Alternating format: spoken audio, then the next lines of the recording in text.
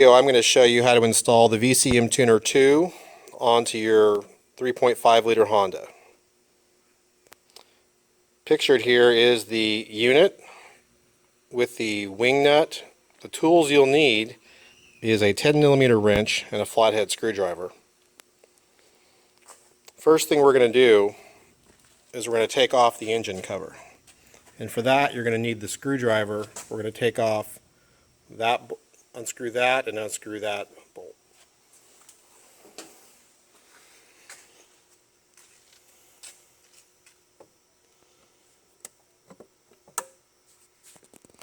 Just turn that counterclockwise.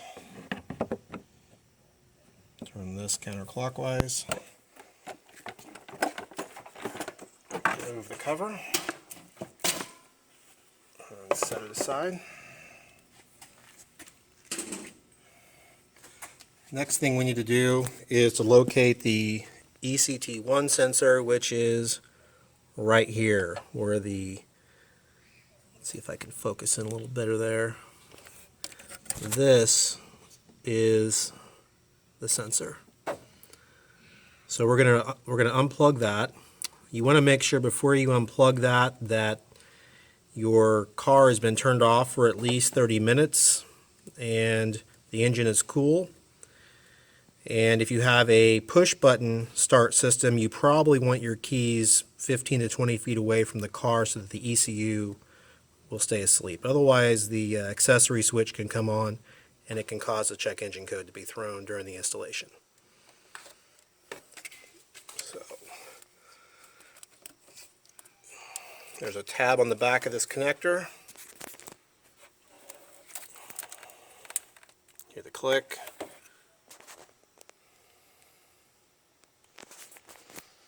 And we unplug the sensor, set it aside there. We can now see the sensor itself. So this is just if we follow the upper radiator hose back, that will lead us right to that sensor. So next we're going to mount the VCMTUNER II and go on from there. So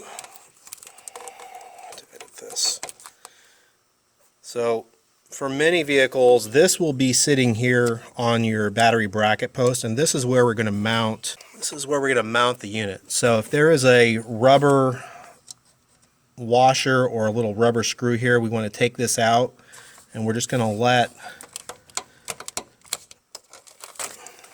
that connector just hang there for now.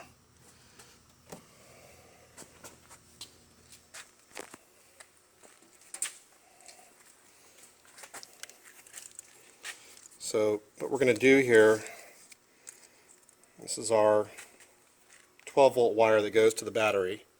This will end up going here. So we're going to slide this underneath this connection here. This should be fairly consistent for most Honda Odysseys and Pilots. We want to make sure that these green and blue wires don't touch any 12-volt source as we're installing this. So we're just going to kind of feed this down here.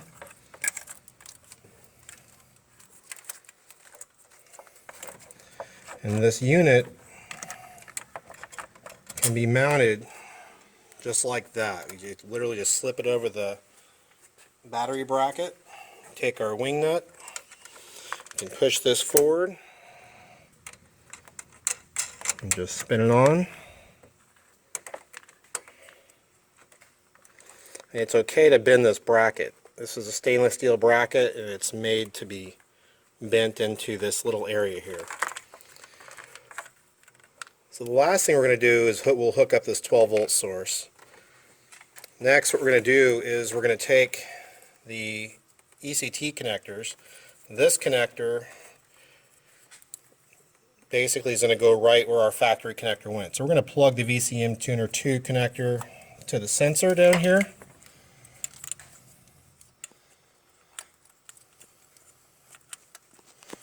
Push down, we're going to hear a little click there. This connector here is now going to connect to the engine harness with this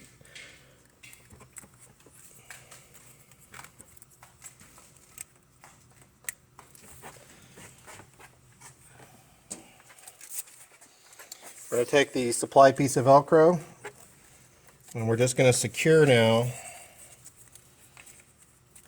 the factory engine harness connector.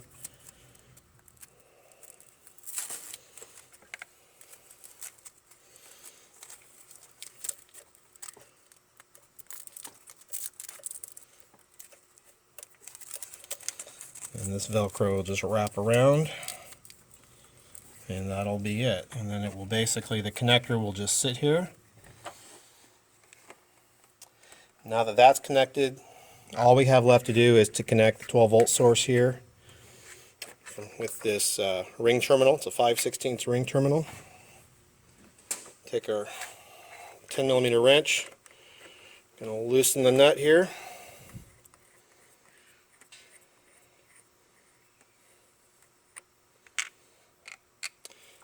And if you're in a climate that has salted roads, you may want to apply a corrosion preventative to this.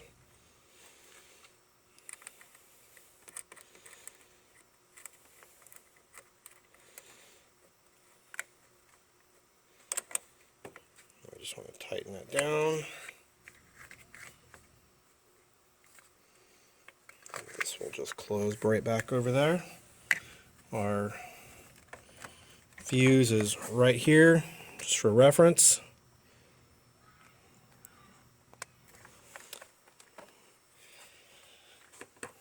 And at this point, everything's installed.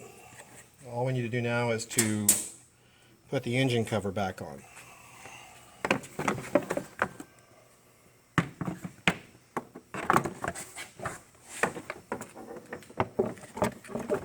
To do this, we want to just kind of feel on the back where these screws go to make sure that these go in properly. And we're just going to turn these, push down and turn clockwise, make sure it catches. Same thing here. And we'll just put some pressure on those two tabs there, and that will complete the installation.